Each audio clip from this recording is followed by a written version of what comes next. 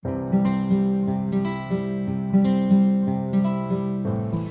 buenos días, apreciados estudiantes y representantes. Continuando con el tema número 2 de nuestra asignatura Biología, la mañana de hoy comenzaremos a describir el mundo de los hongos. Comenzamos con la conceptualización de lo que es la micología. La micología sería la ciencia que se encarga del estudio de los hongos. Entonces, ese estudio de los hongos viene de las palabras griegas miques, que significa hongo, más logo, que significa tratado, discurso o estudio. Desde el punto de vista de lo que significa la palabra, etimológicamente es el estudio de las setas. Para ubicarnos en el término setas, podemos pensar en una pizza, donde están los deliciosos champiñones, y esto tiene forma de sombrerito, a manera de sombrilla.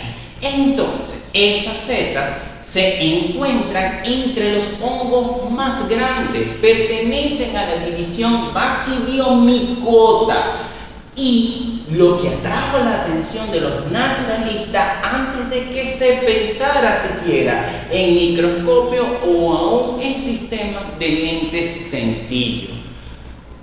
Vamos a decir que con la invención del microscopio óptico por Anton van Leeuwenhoek en el siglo XVIII se comienza de forma seria el estudio sistemático de los hongos. Sin embargo, el fundador de la micología fue un italiano, Pier Antonio Micheli, quien en 1729 publicó un libro denominado Nova Plantarum, plantas nuevas, por el hecho de que los hongos, por regla general, no se mueven. Concepto ahora de hongos. Son organismos vivos, organismos eucariotas, porque poseen una membrana nuclear donde reside la información genética, donde se guarda el ADN. Entonces, una diferencia fundamental entre hongos y bacterias es la presencia de membrana nuclear en los hongos, que lo definen como eucariota, y las bacterias del tema anterior son células procariotas. Entonces, cada uno de ellos tiene al menos un núcleo y una membrana nuclear bien definida, un retículo endoplasmático, mitocondrias, aparato secretor. Muchos son aerobios obligados o facultativos. Son quimiotrófos, secretores de enzimas que se encargan de degradar gran cantidad de sustratos de naturaleza orgánica, es decir, aquellos que contienen carbono en su estructura, hasta nutrientes más sencillos de tipo soluble, es decir, toman un compuesto orgánico y lo descomponen a unidades estructurales más sencillas, que luego pueden ser absorbidas pasivamente o integradas a la célula mediante transporte activo. Una de las características de los hongos es que no poseen clorofila. Al no contener clorofila, son organismos que no pueden realizar el proceso de fotosíntesis. Características generales de los hongos. Ya dijimos, son organismos eucariotas. Son heterótrofos o quimioheterótrofos. Se alimentan de materia orgánica preformada, de la cual aprovechan los carbonos y obtienen energía bajo la forma de ATP o adenosín trifosfato. Algo muy importante de los hongos: tienen, al igual que las bacterias, una pared celular, pero obviamente su composición química es distinta. Está conformada por polisacáridos, polipéptidos y, a manera general, la mayoría de las paredes celulares de los hongos contienen quitina, lo cual los va a proteger en el medio ambiente de eventos como la desecación por las altas temperaturas o la baja humedad que puede existir en un ambiente determinado. Entonces, pared celular de los hongos también es un escudo de protección y tiene una consistencia rígida, que es lo que va a impedir la fagocitosis por parte de las células del sistema inmunitario, por ejemplo, del ser humano. Y a través de ella, a través de la pared celular, pasan por difusión sustancias simples y solubles, producto de la acción enzimática de la digestión externa de los alimentos para incorporarlos hasta las células de los hongos y poder entonces el hongo realizar sus funciones vitales. Los hongos, y también es muy importante tenerlo en cuenta, están formados por un complejo fúngico llamado micelio. Así como nosotros tenemos un cuerpo, los hongos también tienen su cuerpo y a esa estructura es lo que denominamos micelio. Y el micelio está constituido por numerosas hifas.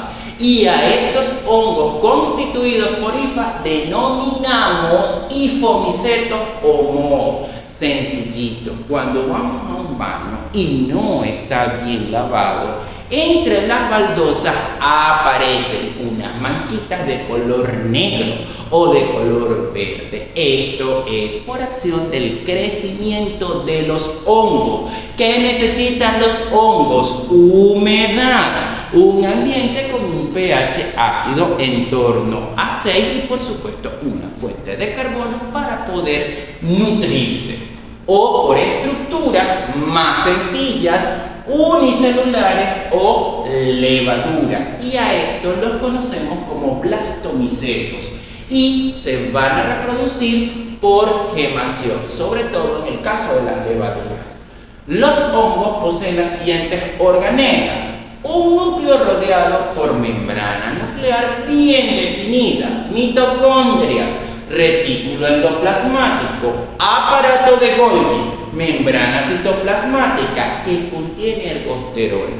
Muchos de los agentes antimicóticos actúan sobre el ergosterol de la membrana celular de los hongos. Nosotros tenemos colesterol en nuestras membranas celulares, al igual que los demás animales. En tanto, los hongos, al poseer un compuesto distinto, pueden ser tratados quimioterapéuticamente, por ejemplo, con voriconazol, con clotrimazol, con compuestos azólicos que tienen como blanco de acción interferir con la síntesis de la membrana celular y en consecuencia el hongo o muere o detiene su crecimiento.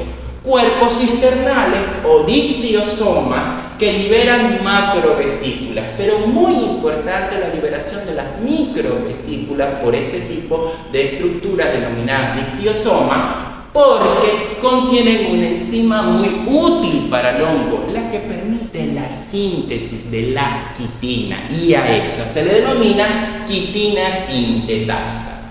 Vamos a pasar ahora a los mecanismos de infección de la mayoría de los hongos, pero en términos generales. Para que se establezca una infección por hongo, necesitamos que el hongo induzca una respuesta inmunitaria. Muchas veces la exacerbación o la respuesta exagerada de nuestro cuerpo hacia las células fúngicas hace que nuestra micosis sea importante, incluso en algunos casos con un compromiso fatal para nuestra vida. Luego, producción de micotoxinas. Esto puede observarse en graneros donde hay crecimiento de hongos y puede haber una intoxicación alimentaria por productos que tienen muchos meses guardados en bodegas con gran cantidad de humedad, para el establecimiento finalmente de una infección por los hongos. Ya habíamos dicho que a los hongos podemos clasificarlos en dos grupos. Para finalizar la clase de hoy, vamos a hablar del primero de ellos, y son los hongos filamentosos, los mohos, los que crecían entre las hendiduras de las baldosas del baño. A ese grupo vamos a hacer referencia. La mayoría tienen un soma vegetativo y a esto se llama talo en el caso de los hongos, y es similar al tallo de las plantas. Consta de filamentos microscópicos muy pequeños, en el orden de micra, continuos, más o menos alargaditos y ramificados, que tienen paredes celulares definidas. Y en la mayoría de los hongos, ya lo habíamos dicho, la quitina es el constituyente más importante de la pared celular. Se dispone a manera de microfibrilla en compañía de celulosa. Otros presentan polisacáridos como los mananos, los galactanos y el quitosano, reemplazando o sustituyendo a la quitina en algunos grupos de hongos. Las paredes celulares fúngicas constan de un 80 a un 90% de carbohidratos, es decir, el principal elemento que sirve para la protección de los hongos en el medio ambiente son los carbohidratos, siendo las proteínas, lípidos, polifosfatos e iones inorgánicos el material que sirve a manera de cemento a esta estructura o capa fuerte y rígida que es la pared celular de los hongos. Al soma o cuerpo del hongo se le denomina micelio, ya lo habíamos dicho, y a las bifurcaciones individuales o filamentos de ese micelio se le denominan hifas. Muchas veces, cuando un hongo está creciendo, esas hifas son las que causan un prurito, una picazón o piquiña en el sitio anatómico donde se está estableciendo una infección micótica. Por la atención prestada, muchísimas gracias.